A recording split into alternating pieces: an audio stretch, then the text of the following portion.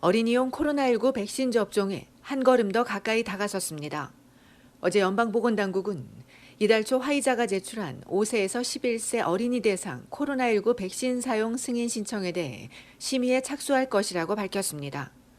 당국은 백신의 안전과 효능, 품질에 대한 높은 수준의 과학적 기준을 적용해 모든 데이터를 우선적으로 심의하고 해당 연령대에서 백신 사용의 이득이 잠재적 위험을 능가할 때 승인할 것이라고 강조했습니다. 이후 국립접종자문위원회가 별도의 검토를 거쳐 아동에 대한 백신 접종이 잠재적 위험을 능가할 것인지 여부를 추가 심의하고 권고안을 내놓을 예정입니다. 가을 학기 들어 학생들이 매일 등교하는데 전염력 강한 델타 변이가 유행하면서 초등학생과 유치원생의 감염이 늘자 이들이 백신을 맞게 되면 코로나19 확산세를 잡는 데 큰 도움을 줄 것이란 기대가 커져왔습니다. 학부모들의 절반 이상도 백신이 나오는 즉시 자녀에게 접종을 시킬 것이라고 밝힌 가운데 아직까지 정부가 언제쯤 최종 승인할지는 알려지지 않았습니다. 전문가들은 올해 말이나 내년 초쯤 접종이 가능할 것으로 예상했습니다. 화이자의 어린이용 백신은 기존 백신 1회분 접종량의 3분의 1에 해당하는 10마이크로그램입니다. 화이자는 정부 승인이 나는 대로 가급적 빠른 시일 안에 제공할 계획이라고 전했습니다.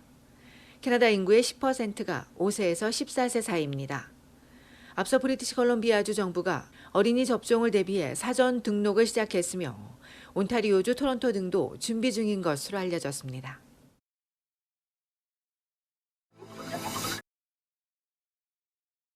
한국 정부가 내국인 해외 접종자의 접종력 인정 범위를 확대합니다. 캐나다에서 격리 면제서 없이 입국한 내국인 해외 접종 완료자는 내일부터는 한국에서도 백신 접종 이력을 인정받을 수 있습니다. 이에 따라 사적 모임 인원 제한 장소나 확진자 밀접 접촉 시 자가격리 제외 등의 인센티브를 적용받게 됩니다. 단 자가격리 면제서가 없기 때문에 최초 입국 시에는 정부 규정에 따라 격리해야 하지만 추 재입국 시 격리 면제서는 다시 받지 않아도 됩니다. 대상자는 보건소에 직접 방문해 캐나다 예방접종 증명서를 제출하고 보건소는 증명서 견본 파일과 이 제출된 서류를 비교 확인 후 국내 접종 시스템에 적용합니다. 이후 종이 증명서 또는 전자접종 증명서를 발급해 줍니다. 정부는 해외 예방접종 증명서류를 위변조하거나 허위로 제출한 경우 형사처벌될 수 있으며 과태료 10만 원이 부과된다고 강조했습니다. 앞서 한국 정부는 지난 7일부터 격리 면제서를 받은 경우에 한해 인센티브를 제공해 줬고 외국인의 해외 접종 인정에 대해선 위드 코로나와 연계 향후 세부 계획을 발표하겠다고 밝힌 바 있습니다. 한편 한국 정부는 보건소에 등록된 해외 접종자들도 2차 접종일로부터 6개월이 지나면 부스터샷 대상이 된다고 밝혔습니다.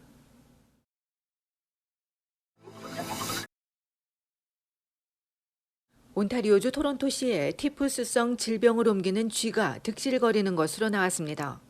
해충관리회사인 오르킨 캐나다가 지난해 8월부터 올 7월까지 1년 동안 설치류가 많은 온주 주요 도시를 살펴봤습니다.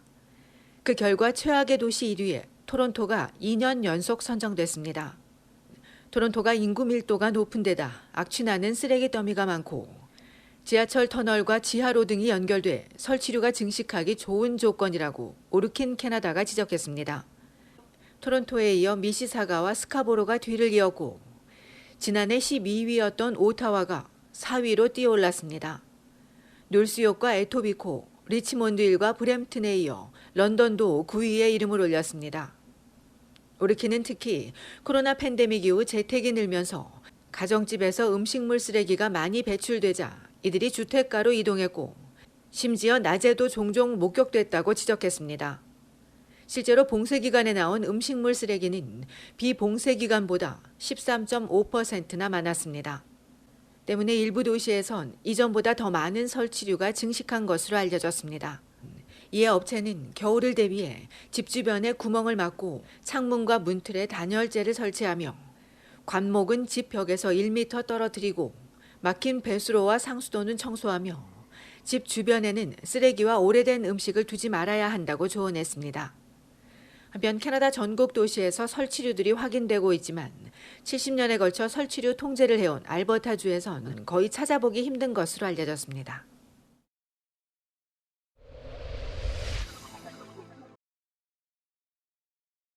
캐나다를 방문하려는 한국인이 증가하는 것으로 알려졌습니다.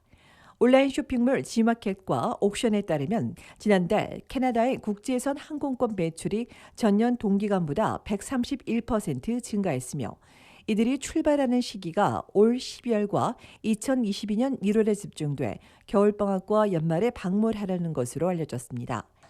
캐나다는 지난 9월 7일부터 백신 접종 완료한 외국인에 대한 국내 입국을 허용하고 있습니다. 캐나다에 이어 미국행 항공권 예약률도 전년 대비 74% 증가한 가운데 최근 백신 접종률이 올라가면서 접종 완료 시 격리를 면제해주는 트래블 버블을 체결하는 나라들도 늘고 있습니다.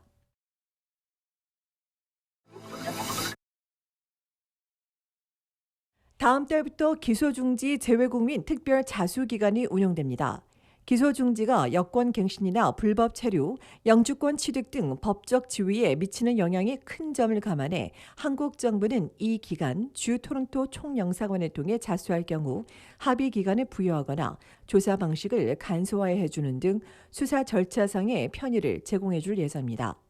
대상은 1997년 1월 1일부터 2001년 12월 31일까지 부정수표 단속법 위반이나 근로기준법 위반, 사기죄와 횡령, 배임죄로 입건돼 기소 중지 상태이거나 고소 고발이 취소된 경우 법정형이 벌금만 규정되어 있는 해외 거주 한인입니다.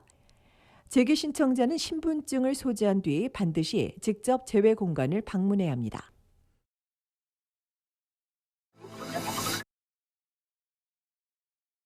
어젯밤 온타리오주 놀스옥의 한 주택가에서 수차례 총성이 울렸습니다.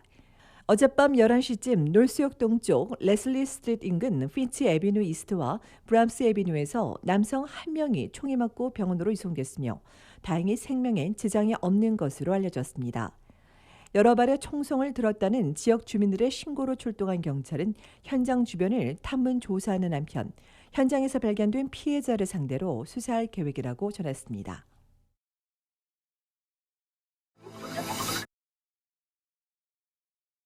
브리티시 콜롬비아주 밴쿠버 시청 공무원은 오는 12월 6일까지 코로나19 백신 접종을 완료해야 합니다. 직원은 물론 시청을 방문하는 민원인들의 안전을 위한 의무화 조치라고 밝힌 시는 하지만 그때까지도 미접종한 직원에 대한 조치에 대해선 아직 밝히지 않고 있습니다. 이번 의무화 대상은 약 8천여 명으로 도서관 직원과 경찰, 공원위원회 위원과 시의원은 해당되지 않지만 시 공무원과 공원위원회 직원, 소방관은 해당됩니다. 이 밖에도 어제 그라우스 마운틴 스키 리조트 측이 성명을 통해 12세 이상 스키장 방문객은 모두 백신을 맞아야 한다고 발표하면서 다른 스키장으로 확산될 가능성이 높아지고 있습니다. BC주에선 주말부터 어제까지 사흘 동안 신규 확진자 1,846명이 늘고 26명이 추가 사망했습니다.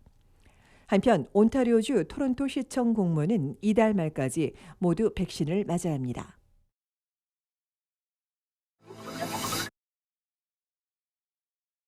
저스틴 트루도 연방 총리가 원주민 아동들의 유해가 집단으로 발견된 매장지에 뒤늦게 방문해 고개를 숙였습니다. 어제 원주민 아동들의 유해가 매장된 브리티시 콜롬비아주 캡롭스를 방문해 좀 더 빨리 방문하지 못해 죄송하다고 밝힌 트루도 총리는 화해를 이루기 위해 진실을 밝혀야 한다며 정부 차원에서 지원을 아끼지 않겠다고 발표했습니다. 이날 원주민 부족장은 총리가 추념일 행사에 불참한 점은 매우 실망스럽지만 오늘은 긍정적인 진전을 이루고 실수를 바로 잡는 날이라며 답했습니다. 지난 19세기 후반부터 1990년대까지 백인 사회 동화를 이유로 강제로 기숙학교에 입소한 원주민 아동들이 목숨을 잃고 몰래 매장된 사실이 속속 드러나자 트루도 총리는 어두운 과거사를 기억하자며 9월 31일 추념일로 지정했지만 정작 총리는 당일 추념 행사엔 참석하지 않고 가족과 여행을 간 것으로 알려져 비판을 받은 바 있습니다.